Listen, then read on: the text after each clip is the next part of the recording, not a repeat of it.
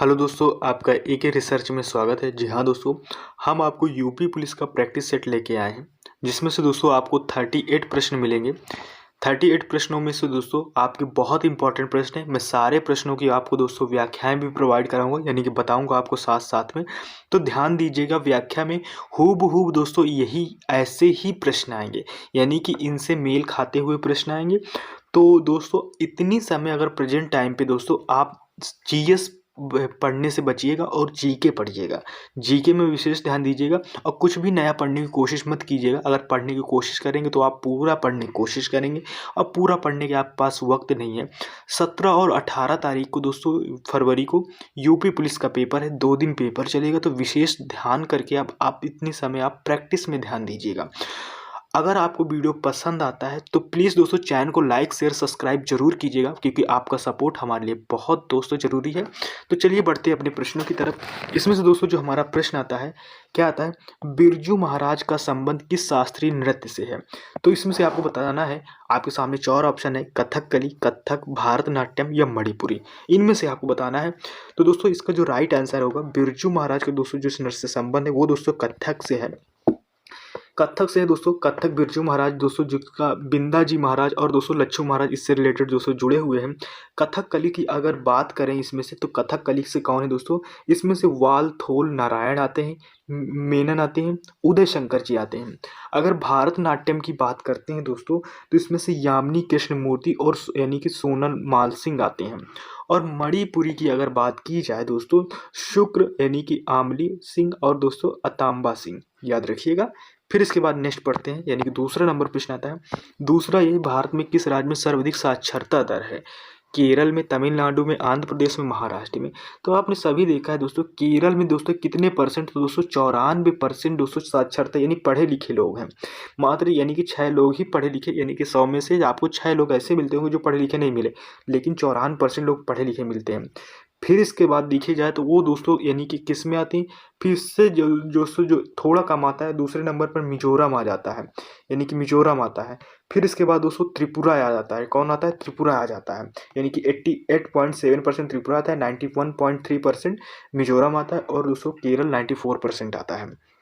फिर इसके बाद बढ़ते हैं, जो ब्रह्म समाज की स्थापना किसने की थी? राजा राम मोहन राय ने, स्वामी विवेकानंद ने, स्वामी दयानंद सरस्वती ने या राजगोपाल चट्टोपाध्याय ने? तो इसमें से आपको बताना है। तो दोस्तों ब्रह्म समाज की जो स्थापना की थी वो दोस्तों राजा राम मोहन राय ने की थी, याद रखिएगा। और दोस्तों यानी कि इसमें से किसने की थी? राजा राम मोहन राय ने। और इसमें से दोस्तों यानी कि जो स्वामी विवेकानंद ने जिस दोस्तों मठ की स्थापना की थी उसका नाम था बेलूर मठ। जी हाँ दोस्तों, कौन सा नाम था उसका? दोस्तों बेलूर मठ नाम था, ठीक है। फिर इसके बाद दोस्तों जो है दयानंद सरस्वती जी स्थापना करते हैं।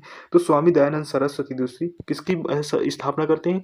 वो दोस्तों आर्य, यानी कि दोस्तों आर्य समाज की स्थापना करते हैं। फिर इसके बाद नेक्स्ट प्रश्न की तरफ बढ़ते हैं। इसमें से कौन सा आता है? 4th नंबर प्रश्न आता है। 4th नंबर प्रश्न क्या है? उत्तर प्रदेश राज्य में कौन सा जनपद तेल रिफाइनरी के लिए प्रसिद्ध है? बरेली, वाराणसी, महोबा, मथुरा। इनमें से आपको बताना है। तो दोस्तों उत्तर प्रदेश में दोस्तों जो जनपद है वो तेल रिफाइनरी के लिए प्रसिद्ध है दोस्तों, वो है कौन सा? मथुरा। दोस्तों मथुरा में स्थित जो मथुरा रिफाइनरी है वो उत्तर प्रदेश के पश्चिमी क्षेत्र में पेट्रोलियम उत्पादों की मांग को पूरा करने के लिए बनाया गया था। इसके साथ ही जनवरी 1900 दोस्तों, कब? 1900 यानी कि 82 में दोस्तों इसकी स्थापित किया गया था। यह इंडियन ऑयल यानी कॉर्पोरेशन की दोस्तों 6ठी रिफाइनरी, किस नंबर की है? 6ठी नंबर की रिफाइनरी है। फिर इसके बाद नेक्स्ट प्रश्न की तरफ बढ़ते हैं, यानी कौन सा आता है? 5th नंबर आता है। 5th नंबर पर दोस्तों प्रश्न आता है। इसमें से क्या है कि मुद्रा का क्या तात्पर्य है? तो मुद्रा का यानी मूल्य का मापक, कर्मचारी को मिलने वाला वेतन, लाभांश या किसी राज्य की प्रतिवर्ष की कुल आय। तो ये बताना है। तो 5 नंबर का जो राइट आंसर होगा वो दोस्तों मूल्य का मापक होता है मुद्रा, याद रखिएगा। मुद्रा दोस्तों जिसे हम करेंसी भी बोलते हैं इंग्लिश में, ये पैसे के उस रूप को कहते हैं जिससे दैनिक जीवन या आपकी रूटीन लाइफ पर बिक्री होती है। इसमें सिक्के और कागज के नोट दोनों आते हैं, जिसमें से इस मूल्य मापक भी कहा जाता है। या भारत की मुद्रा कौन सी है? वो रुपया है। फिर इसके बाद 6ठे नंबर की बात करते हैं। इस 6ठे नंबर हमारा प्रश्न है। इसमें से आता है भारत के पहले चीफ ऑफ डिफेंस स्टाफ यानी कि सीडीएस जनरल बिपिन रावत थे। उनकी पत्नी मधु यानी मधुलिका रावत और अन्य सशस्त्र बलों जवानों की आकस्मिक मृत्यु का दुर्घटना कब हुई थी? बहुत इंपॉर्टेंट प्रश्न है, हो सकता है आपके दोस्तों पेपर में आ जाए। इसका जो राइट आंसर होगा दोस्तों वो 8 दिसंबर 2021 को दोस्तों आकस्मिक मृत्यु हो गई थी, क्योंकि हेलीकॉप्टर दोस्तों दिशा भ्रम हो गया था, जिससे दोस्तों लैंडिंग बिल्कुल दोस्तों यानी कि लैंडिंग नहीं हो पाई, यानी कि दोस्तों ये वो जो हेलीकॉप्टर वो कंट्रोल नहीं हो पाया और दोस्तों इनकी आकस्मिक मृत्यु हुई। उसके साथ कई सारे जवान भी मरे। फिर इसके बाद नेक्स्ट प्रश्न आता है। नेक्स्ट प्रश्न क्या आता है? नेक्स्ट प्रश्न 7th नंबर आता है। अब 7th नंबर पे क्या है? किस मुगल शासक के आदेश पर सिखों के 5वें गुरु अर्जुन देव जी को मार दिया गया था? अकबर, औरंगजेब, शाहजहां या जहांगीर? तो इसमें से बताइएगा। तो इसका दोस्तों कौन सा होगा? इसका जो राइट आंसर होगा दोस्तों 7वें का वो डी ऑप्शन दोस्तों, जहांगीर ने दोस्तों मुगल शासक के आदेश पर गुरु अर्जुन देव जी को मार दिया गया था। जिसमें से दोस्तों क्या था? जहांगीर द्वारा जो सिखों के पंचम गुरु थे, याद रखिए 5वें नंबर के गुरु थे अर्जुन देव, को खुसरो की सहायता करने के आरोप में दोस्तों इनको मृत्यु दंड की सजा दी गई थी। अब फिर आता है कि भारत में राष्ट्रीय खेल दिवस कब मनाया जाता है? यानी 29 अगस्त को, 14 नवंबर को, 27 जुलाई को या 2 अक्टूबर को? तो इसका जो राइट आंसर होगा दोस्तों वो ऑप्शन ए होगा। खेल दिवस 29 अगस्त को मनाया जाता है। 29 अगस्त यानी 29 अगस्त को राष्ट्रीय खेल दिवस मेजर ध्यानचंद के जन्मदिन पर दोस्तों मनाया जाता है। और अगर हम बात करें इसमें से 14 नवंबर की दोस्तों, तो ये बाल दिवस, किससे दोस्तों? यानी कि दोस्तों बाल दिवस के रूप में मनाया जाता है। फिर इसके बाद दोस्तों जवाहरलाल नेहरू के जन्मदिन पर मनाया जाता है। 2 अक्टूबर की बात करें दोस्तों तो ये आपको सभी को पता है दोस्तों, लाल बहादुर शास्त्री जयंती और गांधी जी की जयंती के अंतर्गत दोस्तों मनाया जाता है 2 अक्टूबर को। और इसको अहिंसा दिवस के रूप में मनाया जाता है, ये भी याद रखिएगा। सर्वाधिक प्राचीन पुराण कौन सा है? तो सबसे पुराना या सबसे पुराना पुराण कौन सा है? मत्स्य पुराण, विष्णु पुराण, नारद पुराण या वामन पुराण? इनमें से आपको बताना है। तो इसका जो राइट आंसर होगा दोस्तों वो मत्स्य पुराण दोस्तों सबसे पुराना पुराण है।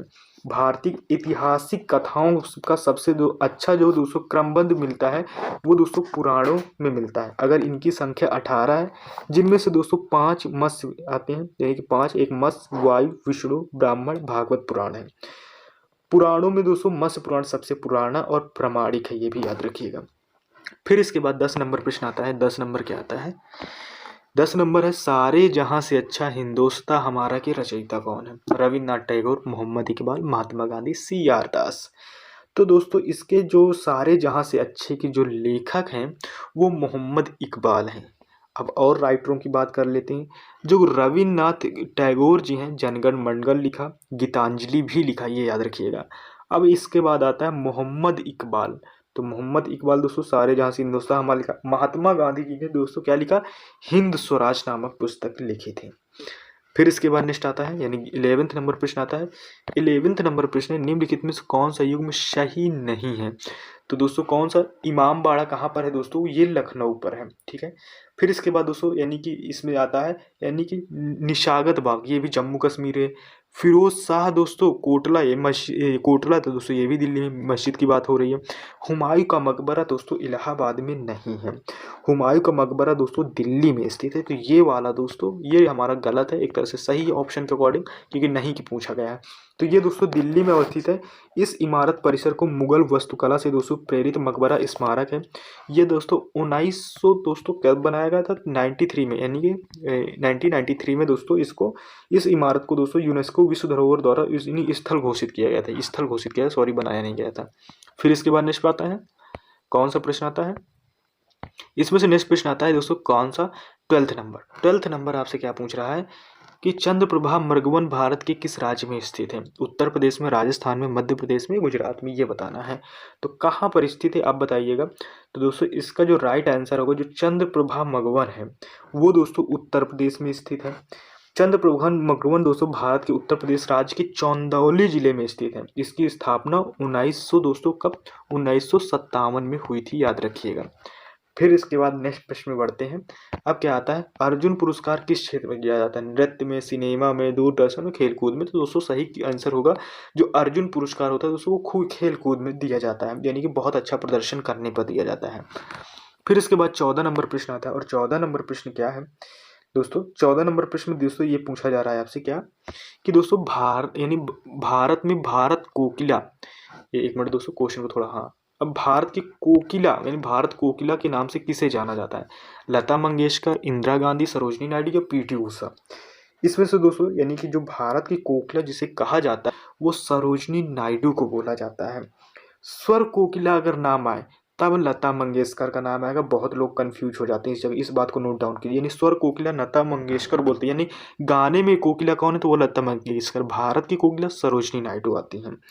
और लौह महिला की अगर बात की जाए तो वो इंदिरा गांधी आती हैं। और भारतीय यानी एथलीट की गोल्डन गर्ल अगर बोला जाए तो वो दोस्तों पीटी ऊषा की बात आती है, गोल्डन गर्ल बोलते हैं। फिर इसके बाद 15 नंबर प्रश्न आता है और इसमें क्या है, भारत के प्रथम उपराष्ट्रपति कौन थे? Doctor Zakir Hussain, doctor S Radhakrishnan, Shri VV Giri या श्री बीडी जत्ती। भारत के दोस्तों उपराष्ट्रपति यानी भारत के प्रथम उपराष्ट्रपति कौन थे ये आपको बताना है। तो कौन थे दोस्तों? तो दोस्तों यानी कि भारत के जो प्रथम उपराष्ट्रपति थे वो थे दोस्तों डॉक्टर एस राधाकृष्णन जी थे, प्रथम उपराष्ट्रपति थे। और दोस्तों डॉक्टर जाकिर हुसैन यानी कि इसमें से डॉक्टर कौन से हैं, जाकिर हुसैन, ये दोस्तों भारत के तीसरे राष्ट्रपति थे। फिर इसके बाद श्री वीवी गिरी आते हैं, यानी कि ये तो तीसरे नंबर के हो गए। अब जो श्री वीवी गिरी आते हैं तो भारत के दोस्तों चौथे नंबर के दोस्तों राष्ट्रपति थे। और श्री जो बीडी जत्ता आते हैं ये दोस्तों भारत के यानी कि पांचवें उपराष्ट्रपति एवं भारत के राष्ट्रपति भी रह चुके थे ये। फिर इसके बाद नेक्स्ट आता है, भारत के राष्ट्रपति अपना त्यागपत्र किसको संबोधित करते हैं? यानी भारत के मुख्य न्यायाधीश को, प्रधानमंत्री को, उपराष्ट्रपति को या लोकसभा को? तो इसका जो राइट आंसर होगा वो ऑप्शन सी होगा, यानी प्रधानमंत्री को। अनुच्छेद दोस्तों 52(2) के अनुसार भारत का राष्ट्रपति अपना जो त्यागपत्र दोस्तों उपराष्ट्रपति को देता है। और राष्ट्रपति का जो कार्यकाल होता है वो 5 वर्ष का होता है। और दोस्तों अनुच्छेद 61 के अनुसार संविधान का उल्लंघन किसी स्थिति में राष्ट्रपति पर महाभियोग लगाया जा सकता है। यानी अनुच्छेद 61 में महाभियोग की प्रक्रिया है, ये भी आप बोल सकते हैं। अब इसमें से दोस्तों 17 नंबर आता है, हैजा रोग से शरीर का कौन सा अंग प्रभावित होता है? त्वचा, आंत, फेफड़े या हृदय? इनमें से आपको बताना है। तो दोस्तों इसमें से जो सही आंसर होगा 17 नंबर का वो ऑप्शन बी आता है दोस्तों, आंत। हैजा रोग से आंत प्रभावित होता है।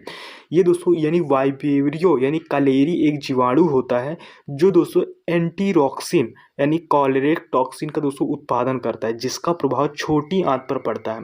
इस रोग में दोस्तों उल्टी होती है, दस्त आते यानी कि उल्टी होती, दस्त होता है, अधिक होने के कारण पानी की कमी हो जाती है। तो इसमें से दोस्तों नमक पानी पीने से ये थोड़ा यानी कि राहत मिलती है। फिर इसके बाद 18 नंबर प्रश्न आता है, 13 दिसंबर 2021 के अमेरिका की प्रतिष्ठित अंतर्राष्ट्रीय पत्रिका टाइम द्वारा किसको जर्मन ऑफ द ईयर 2021 हेतु नामित किया गया था? तो दोस्तों ये इसका जो राइट आंसर होगा दोस्तों वो एलन मस्क होगा। और बाकी दोस्तों इसमें ज़्यादा कुछ खास नहीं क्योंकि ये करंट का क्वेश्चन है। 19 नंबर हम बात करते हैं जीएस की। मलेरिया की दवा कुनैन के किस वृक्ष से प्राप्त होती है? सिनकोना से, बरगद से, नीम से या यूकेलिप्टस से? तो दोस्तों इसमें से बताइएगा। तो 19 नंबर का जो सही आंसर होगा सिनकोना। सिनकोना एक पौधा होता है दोस्तों, ये दोस्तों इसके वृक्ष से जो छाल होती है उससे प्राप्त होता है, यानी कुनैन की छाल से दोस्तों ये प्राप्त किया जाता है, बनाया जाता है मलेरिया की दवा। जी हाँ दोस्तों, यह दक्षिण अमेरिका का पेड़ जो सिनकोना की छाल से दोस्तों तैयार की जाती है। यूरोप में दोस्तों 16वीं सदी में इसका सबसे पहले जो प्रयोग किया गया था। आमतौर पर कुनैन का प्रयोग दोस्तों मलेरिया के इलाज में किया जाता है। इसके अलावा कुछ दोस्तों अन्य दवाओं के निर्माण में भी इसका किया जाता है, इसका इस्तेमाल होता है। इससे दोस्तों टॉनिक वाटर में मिलाया जाता है, इसे दोस्तों कौन से टॉनिक वाटर में मिला के दोस्तों पिला दिया जाता है। 20 नंबर आता है, भारत का दोस्तों सिलिकॉन वैली किसे बोलते हैं? चेन्नई को, बेंगलुरु को, नोएडा को या दोस्तों मोहाली को? बताइएगा सिलिकॉन वैली किसे बोलते हैं? तो दोस्तों सिलिकॉन वैली दोस्तों भारत का दोस्तों बोलते हैं वे बेंगलुरु को, क्योंकि दोस्तों क्योंकि यहाँ पर दोस्तों जो सर्वाधिक यानी कि आईटी कंपनियाँ और भारत निर्यात में 33% योगदान आईटी का क्षेत्र है दोस्तों। अब जहाँ पर आईटी क्षेत्र होगा वहाँ पर सिलिकॉन की ज़रूरत पड़ेगी, क्योंकि सिलिकॉन से दोस्तों जो आपके मोबाइल होते हैं, टैब होते हैं, उन पे दोस्तों क्या यानी चिप लगाई जाती है, चिप बनाई जाती है। याद रखिए कि मेमोरी कार्ड बनाने में सिलिकॉन का ही यूज होता है। फिर आता है दोस्तों 12 दिसंबर 2021 को विश्व के पहले गैर सरकारी उपग्रह के प्रक्षेपण के 60 वर्ष पूरा हो गए हैं। इस उपग्रह को निम्न में से किस नाम से जानते हैं? आस्कर 1, निसार उपग्रह, लैंडसैट 9 या इनमें से कोई नहीं? तो इसका बताइएगा। तो इसका सही आंसर होगा दोस्तों आस्कर 1 के नाम से जानते हैं। फिर इसके बाद दोस्तों नेक्स्ट आते हैं 22 नंबर प्रश्न आता है। 22 नंबर प्रश्न, गोबर गैस मुख्यतः कौन सी गैस होती है? मीथेन, क्लोरीन, हीलियम या नाइट्रोजन? बताइएगा। तो इसका दोस्तों जो यानी कि गोबर में जो दोस्तों जो गैस होती है वो ऑप्शन ए दोस्तों यानी कि मीथेन होती है दोस्तों, जो कि 75% पाया जाता है। याद रखिए 75%। फिर इसके बाद नेक्स्ट प्रश्न आता है राज्यसभा सदस्य के लिए न्यूनतम आयु कितनी होनी चाहिए? 25 वर्ष, 30 वर्ष, 31 वर्ष या 35 वर्ष? राज्यसभा का सदस्य बनने के लिए याद रखिए, राज्यसभा की मैं बात कर रहा हूँ। तो इसका जो सही आंसर होगा दोस्तों वो 30 वर्ष। राज्यसभा को बनने के लिए दोस्तों 30 वर्ष न्यूनतम होनी चाहिए। फिर इसके बाद दोस्तों और ये किस अनुच्छेद में आता है दोस्तों? ये 84 के अनुसार दोस्तों आता है। फिर इसके बाद नेक्स्ट प्रश्न आता है, 24 नंबर प्रश्न आता है। 24 नंबर प्रश्न है, इसमें से आता है 8 दिसंबर 2021 को तमिलनाडु में यानी कुकुत्र निकट भारतीय वायुसेना के हेलीकॉप्टर दुर्घटना से संबंधित निम्नलिखित कथनों पर विचार कीजिए। यह दुर्घटना दोस्तों M1 वो यानी कि 170 V5 हेलीकॉप्टर से हुई थी। इस दुर्घटना में जनरल बिपिन रावत के अलावा दोस्तों 11 अन्य सशस्त्र बलों जवान शामिल थे। तो दोस्तों इसके अकॉर्डिंग देखा जाए यानी कौन सा आएगा, इधर ऑप्शन आ जाता है। तो और इसमें से एक ऑप्शन और दिया गया है, यानी कि दोस्तों यह दुर्घटना कोयटम्बूर के यानी सुलूरू सैन्य अड्डे से वेलिंगटन नीलगिरी हिल्स जाने के समय हुई थी। दोस्तों सभी कथन सही है, यानी कि सारे ऑप्शन सही है, तीनों ऑप्शन सही है। फिर इसके बाद नेक्स्ट प्रश्न आता है, क्या आता है इसमें से, जैसे आपसे पूछा जा रहा है नेक्स्ट प्रश्न कि दोस्तों कैलकुलेटर किस प्रकार की कंप्यूटर कार्य पद्धति पर कार्य करता है? यानी कि हाइब्रिड कंप्यूटर में, एनालॉग कंप्यूटर में, डिजिटल कंप्यूटर में, इनमें से कोई नहीं। तो 25 नंबर को जो राइट आंसर होगा दोस्तों, जो कैलकुलेटर होता है वो डिजिटल कंप्यूटर पर काम करता है। तो इसको हम गणती गणना करता है ये भी बोल सकते हैं। फिर इसके बाद नेक्स्ट प्रश्न की तरफ बढ़ते हैं। नेक्स्ट प्रश्न आता है, इसमें कौन सा आता है नेक्स्ट प्रश्न? नेक्स्ट प्रश्न दोस्तों 20 यानी कि 6 नंबर प्रश्न आता है। और इसमें से क्या पूछ रहा है आपसे कि वह ताप जिस पर कोई ठोस वस्तु अपनी ठोस अवस्था से द्रव अवस्था में परिवर्तित हो वो क्या कहलाता है? वाष्पीकरण, गलनांक, ऊर्ध्वपातन या प्लाज्मा? तो 26 नंबर का जो राइट आंसर होगा दोस्तों उसे हम गलनांक बोलते हैं। इसके बाद दोस्तों 26 में के बाद 27 आता है। 27 नंबर क्या है? 27 नंबर प्रश्न ये है कि हाल ही में केन बेतवा नदी परियोजना हेतु वित्त पोषण तथा क्रियान्वयन को मंजूरी दी गई है। इससे 103 मेगावाट की जल विद्युत यानी 27 मेगावाट ऊर्जा पैदा की जाएगी। इस परियोजना में कौन सा क्षेत्र लाभान्वित होगा? बुंदेलखंड, रोहेलखंड, बघेलखंड या इनमें से कोई नहीं? तो 27 को जो दोस्तों जो राइट आंसर होगा वो ऑप्शन ए होगा। कौन सा? बुंदेलखंड। जी हाँ दोस्तों, बुंदेलखंड ये 103 मेगावाट जल विद्युत परियोजना को यानी कि मेगावाट बिजली बनाएगा, जो 27 मेगावाट सौर ऊर्जा पैदा की जाएगी दोस्तों। और जिसमें से लागत की बात की जाए तो लगभग 44,605 करोड़ रुपए की दोस्तों इसमें से आएगा। और ये परियोजना कहाँ पर है दोस्तों, तो ये भी बता देते हैं हम आपको। ये दोस्तों कहाँ पर, यानी कि जो इससे दोस्तों ये मध्य प्रदेश, बुंदेलखंड और दोस्तों उत्तर प्रदेश के बीच में आएगा। इससे दोस्तों ये सारे क्षेत्र में दोस्तों ये केन बेतवा है आता है। तो इसी में दोस्तों उत्तर प्रदेश, मध्य प्रदेश, बुंदेलखंड को दोस्तों इस क्षेत्र में दोस्तों इससे बिजली भी मिलेगी, इस परियोजना से फायदा भी होगा। फिर निम्न में से क्या कार्बोहाइड्रेट के स्रोत नहीं है? तो कार्बोहाइड्रेट किन चीज़ों में नहीं पाया जाता? तो कौन सा नहीं? तो इसमें से एक नहीं है, बाकी तो 3 तो दोस्तों है। एक आलू है, अनाज है, दूध है, मुर्गा है। तो 28 के नंबर का दोस्तों जिसमें से कार्बोहाइड्रेट का स्रोत नहीं है तो वो दोस्तों कौन सा? मुर्गे में दोस्तों, मुर्गे के मांस में कहाँ कार्बोहाइड्रेट होता है? आलू में होता है, अनाज में होता है, दूध में होता है। अगर रासायनिक रूप से कार्बोहाइड्रेट और दोस्तों पॉलीहाइड्राइड्स और एल्डिहाइड या दोस्तों पॉली यानी कि ट्राइसिन कीटोन होते हैं, जिसमें से कार्बोहाइड्रेट्स कार्बनिक पदार्थ हैं, जिसमें से दोस्तों कार्बन, हाइड्रोजन वो ऑक्सीजन होते हैं। और दोस्तों कार्बोहाइड्रेट के मुख्य स्रोत में अगर देखा जाए, आलू आता है, फल आ जाते हैं, केला, आम आ जाता है, अनाज आ जाता है, जैसे अनाज में चावल, गेहूँ आ जाता है, मक्का भी आ जाता है। अगर शर्करा यानी मीठी चीज़ में बात की जाए तो शहद आ जाता है, गन्ना आ जाता है, चुकंदर, इनमें सब में दोस्तों कार्बोहाइड्रेट पाया जाता है। और दूध में भी होता है, लेकिन मुर्गा कार्बोहाइड्रेट का स्रोत नहीं है दोस्तों। इसमें से हम अगर कार्बोहाइड्रेट में दोस्तों 4 कैलोरी ऊर्जा प्राप्त होती है, ये भी आपके लिए बहुत, यानी कि 1 ग्राम अगर कार्बोहाइड्रेट लेते हैं तो 4 कैलोरी की आपको ऊर्जा प्राप्त होगी। फिर इसके बाद नेक्स्ट प्रश्न की तरफ बढ़ते हैं। 29 नंबर प्रश्न आता है। 29 नंबर प्रश्न क्या है, इसमें से पूछा जा रहा है, उत्तर प्रदेश में लखनऊ मेट्रो के प्रथम चरण कहाँ से कहाँ तक मेट्रो चलाना प्रस्तावित हुआ था? सचिवालय से गोमती नगर, सचिवालय से यानी कि मुंशी पुलिया, या ट्रांसपोर्ट नगर से चारबाग, या चारबाग से हजरतगंज? ये आपको बताना है। तो दोस्तों इसका जो राइट आंसर होगा वो ऑप्शन सही होगा, यानी ट्रांसपोर्ट नगर से दोस्तों चारबाग तक। जब यानी कि उत्तर पहला जब चला था तो दोस्तों कहाँ से प्रस्तावित किया गया था प्रथम बार? तो ट्रांसपोर्ट नगर से वो दोस्तों चारबाग के लिए प्रस्तावित किया गया था। फिर इसके बाद नेक्स्ट आते हैं 30 नंबर प्रश्न पर आते हैं। 30 नंबर प्रश्न क्या है, इसमें से दोस्तों कितने माप से अधिक ध्वनि को शोर का माप दिया जाता है? तो कितने माप को दिया जाता है ये भी बात याद रखिएगा।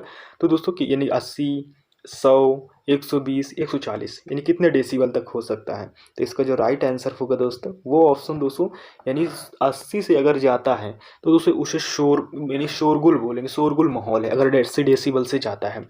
जब आप दोस्तों अभी हाल ही फिलहाल में वर्ल्ड कप चल रहा था तो वहाँ पर आपने मैच क्रिकेट में देखा होगा, तो दोस्तों आपको वहाँ पर वॉइस की दोस्तों यानी डेसिबल ऐसे मीटर करके दिखा रहा था, उसमें से नंबर भी लिख के आ रहा था 120 डेसिबल। जब लोग यानी कि जब फाइनल लगा था वो इंडिया और ऑस्ट्रेलिया का, तो दोस्तों 120 डेसिबल तक गया था। तो दोस्तों वहाँ पर बहुत शोर था लोगों की वजह से, जो दोस्तों कैप्चर किया गया था। अब मैं आपको कुछ और भी इसके फैक्ट बताता हूँ जो क्वेश्चन आए पूछे गए हैं। जो हम लोग नॉर्मल बातचीत करते हैं वो दोस्तों 30 से कितना होता है, 40 होती है। जैसे मैं आपको पढ़ा रहा हूँ तो 30 से 40 डेसिबल है। जोर से बातचीत करने में हम 50 से दोस्तों 60 पहुँच जाते हैं।